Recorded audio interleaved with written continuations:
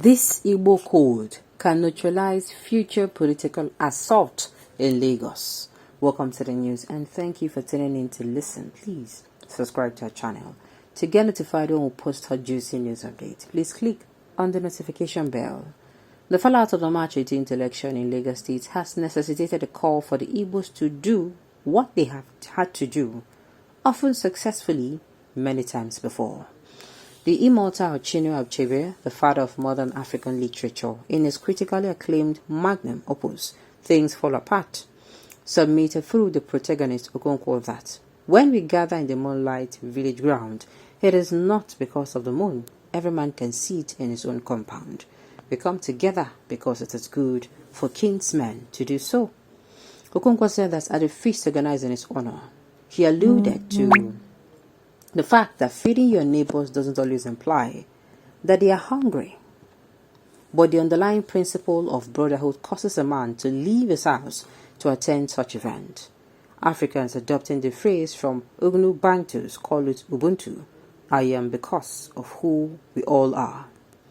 Nigeria, a multi-ethnic, multilingual and multi-religious country, has failed terribly to manage its rich diversity. The naked nepotism exhibited in the past 8 years has further exacerbated our already delicate fault lines. For the low standards we have infamously set for ourselves during previous elections, we somehow conspired to go even lower and descend into this political abyss in 2023. It used to be that at least people would vote and then their vote would not count because the numbers would be cooked. What we experienced during the last election was a dark and dystopian model of politics, where eligible voters were crudely disenfranchised after being profiled by their ethnicity and religion. The violent profiling defeated the idea of democracy by suggesting that some Nigerians are more Nigerian than others, and ethnicity trumps citizenship, signatures of descent into full-fledged feudalism where taxes are mandatory but voting rights alienable. There is no single megacity on God's green earth that was exclusively developed by its indigents. The foreigners in such places also pull their weight and have become key stakeholders in the politics, culture, and economy of these cities. We all know that ethnic profiling was a smokescreen for subverting the will of the people who have become increasingly livid with the abominable governance that they have been subjected to. Specifically, the Igbos were brutally disenfranchised, profiled, and in many instances verbally and physically assaulted as they attempted to vote in the gubernatorial elections in Lagos State on March 18, 2023. Perhaps for the first time in a long while, the ruling party to which Governor Babajide Sanwo-Olu and political thug Musiliu MC Oluomo Akansaya belong stared an inevitable defeat in a state they had managed to capture for the past 24 years. However, instead of making the right of a choice to woo voters, they believed that suppression was the surest path to victory, and the Igbos were targeted as collateral damage in achieving such Machiavellian plot.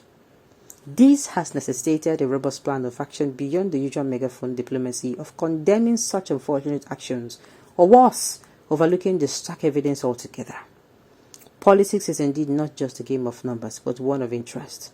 The fallout of the March 18th election in Lagos State has necessitated a call for the Igbos to do what they've had to do, often successfully many times before.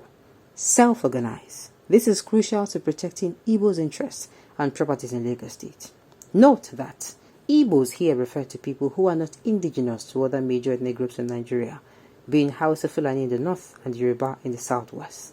The code is as follows. Number 1.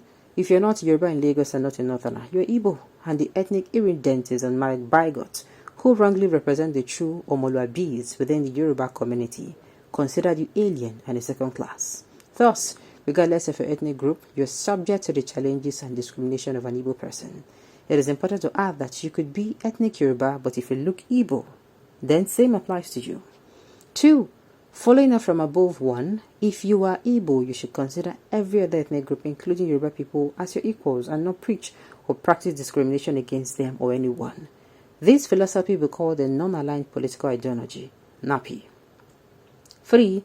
The right of Nigerians to live, integrate, and aspire in the place of their choice without fear of discrimination or relegation to second-class citizenship status, tribe, regardless, should be absolute. 4. Igbo should start recognizing themselves and active vying for elective positions in Lagos State to protect themselves from an active discriminatory system of government in Lagos State. 5. Igbo should select a political party and actively preach the progressive gospel, no violence unless attacked. No discriminatory policy against any person, indigenous, foreign, alien, or aboriginal inhabitants of Lagos. 6. Every Igbo should support only people that openly profess to pledge that Lagos is all man's land, the protection of the non-aligned minorities, and the commitment that everyone should be treated equally and fairly. 7. Igbo should start creating residency-based clusters of stronghold from which they should start launching their non-aligned political views and aspirations. These clusters will be communicated as we proceed. 8. Igbo should apply the political gains received to ensure the security of lives and properties, and most importantly, their votes and political aspirations. The communities should be organized to take over local governance and use such officers to advance the interests of all within such communities. They target political offices at local government and council chairmen, House of Assembly positions, and ultimately the governor of Lagos State. 9. Members of these cluster communities should always encourage and support Igbos as new members of these communities. The objective is to continue expanding these communities until they expand into other designated communities. Each designated community should be based on polling unit and have an active organizer. The above stated cluster should be composed of 20 polling units with a cluster chairman and a local government chairman, representing all the clusters in the local government area within Lagos State. The Igbos are not hungry. They are enterprising people both by nature and nurture. They can also see the moon from wherever they are. They chose to gather in the Moonlight Village ground. Should not suggest that they do not have the option to do otherwise. The Igbos are highly Republican in their politics. They hardly ever queue behind incompetent leaders or dysfunctional ideas simply owing to ethnic affiliation. Perhaps this entrenched philosophy is the reason they have become a perceived threat to political figures who are the master of democracy with the face of fascism, which is intolerant of divergent political views. I personally believe that injustice to one is an injustice to all. You don't have to be of Igbo descent to speak up for justice, equity, and fairness. Two truths can coexist simultaneously. I believe in the concept of one Nigeria, but also that such unity is very much negotiable. The man dies in all who keep quiet in the face of tyranny. We are okay. This is actually a very beautiful write-up. This is beautiful. And his ideas, very apt. Very apt.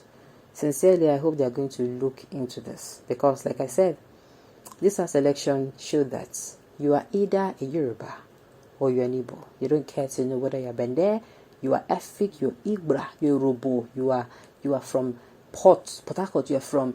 no, you are an Igbo person.